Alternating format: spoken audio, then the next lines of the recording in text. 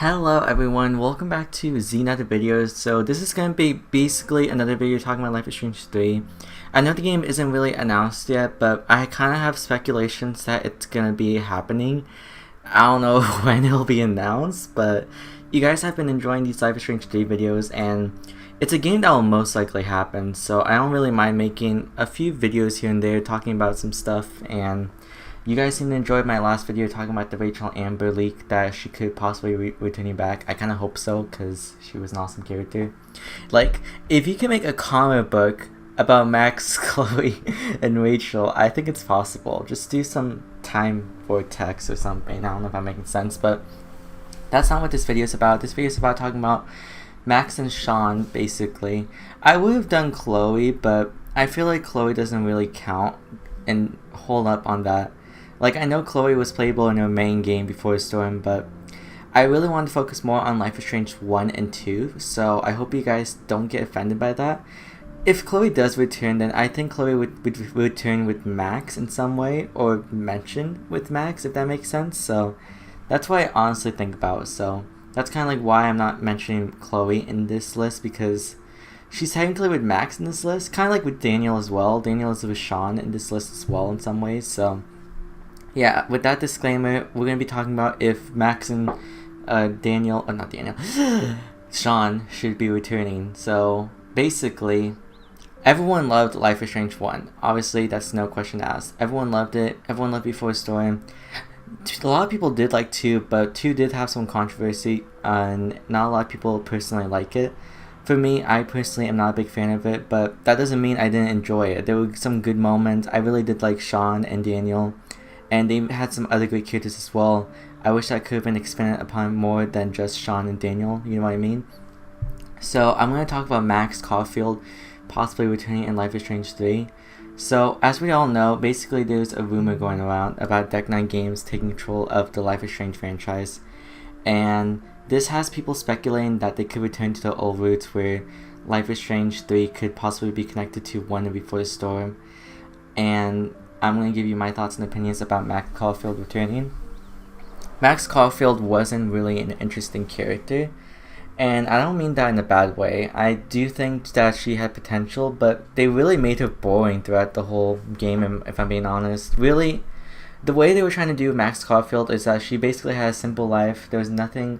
She was basically just a simple life, just has powers, and that was pretty much it. So I think that's what Dontnod was trying to do with this character. They wanted to make someone who has a lame life and make this person go through an amazing journey. And I liked Max, but she wasn't really that interesting. I personally thought Chloe Pricefield, or Chloe Price, I don't know why I said Pricefield, but Chloe Price, I think she was definitely more of an interesting character. The way they were trying to do it with this game is that they made a not interesting person who's kind of boring and a little bit shy, with a really intense person who steals guns and does drugs and just is a fun character. Like, I really like Chloe a lot, and it sucks that I ship Chloe a little bit more with Rachel a little bit. I really like them both. They're honestly both great characters. So I personally don't think Max could return. If anything, I think Chloe might have a higher chance, just because I wouldn't know exactly what they would do with Max's character. The way they would, if they were to bring back Max Caulfield, they would have to make her really interesting than the first game, where they would really have to change the development of her character to where she has to be like more interesting than the main playable character we'll be playing, because it's no doubt we're going to be playing the new playable character. I doubt we're going to continue with Sean and Max, but if they were to bring back Max in some way, they would definitely bring her back in a type of like, oh, this is a character that is now interesting. So that's kind of like my thoughts and opinions on that. Another reason why I don't think she'll return is because she has time powers. I think, judging by the comics, I haven't read them yet, so I don't know anything about that, so don't get mad at me, but I assume she still has her time powers, and that's still the main focus of the game. It wasn't really explained in the final game if she still had her powers or not, but I'm gonna assume that she did, or maybe she stopped using them. But it would be really interesting to see like an arc where, if she is in the third game, maybe she stopped using her time powers because it caused more evil than good, and she learned that the butterfly effect, that it's best to like keep things the way they are and not to change anything about that, because then there'll be another consequence, as she learned in episode 3. So the last character I'll be talking about is Sean, and I guess a little bit of Daniel. For Sean, not a lot of people, I'm gonna be honest, not a lot of people enjoyed the story of the second game, so this was kind of weird. Sean was definitely a better character in my opinion than Max Caulfield. Sean unfortunately had some boring moments like Max. There were some times where you couldn't take the performance seriously with Sean, like you couldn't really, like, I guess, care about Sean, I guess that's what I mean. With Max, you obviously cared about her at times, but with Sean, I feel like the player base did not really care about him if like something were to happen to him, if that makes sense. Daniel was, I believe, the most, I think people cared more about Daniel than Sean in my opinion, and I don't think Daniel will return at all just because of the fact that there's multiple endings, and Sean, I do see him returning in some way. Then again, he's in the multiple endings as well, so. With Life is Strange 2, I think it was kind of a financial failure in my opinion, just because of the fact that it's not really proof, but Dontnod uploaded a video of all the endings on their YouTube channel when the day the last episode released, so I kind of have some speculations that the Life is Strange 2 franchise didn't do so well, and with 1 doing so well, it was because I guess they made a great friendship dynamic. They tried to copy that with 2, with the brotherly dynamic, but unfortunately that didn't work out so well, so I think that's where 2 failed a little bit. And with the story as well, Sean is really interesting because he doesn't exactly have powers. He thought he had powers in episode 2, but clearly he doesn't, so I'm wondering what they could do with this third game. Maybe, I don't think we'll be playing as him again just because of the multiple endings, but I do see possibly a reference of him being into the third game just so Life is Strange 2 fans could be satisfied, because Life is Strange 1 had David and basically a reference of Arcadia Bay in the first episode and in the 5th episode of Life is Strange 2. So obviously if they're going to make a third installment, they obviously should mention about the canon universe that's happening, because they're making a universe on the Life is Strange franchise. They obviously want to grow upon that universe like Before the Storm did. It gave a great prequel about Chloe.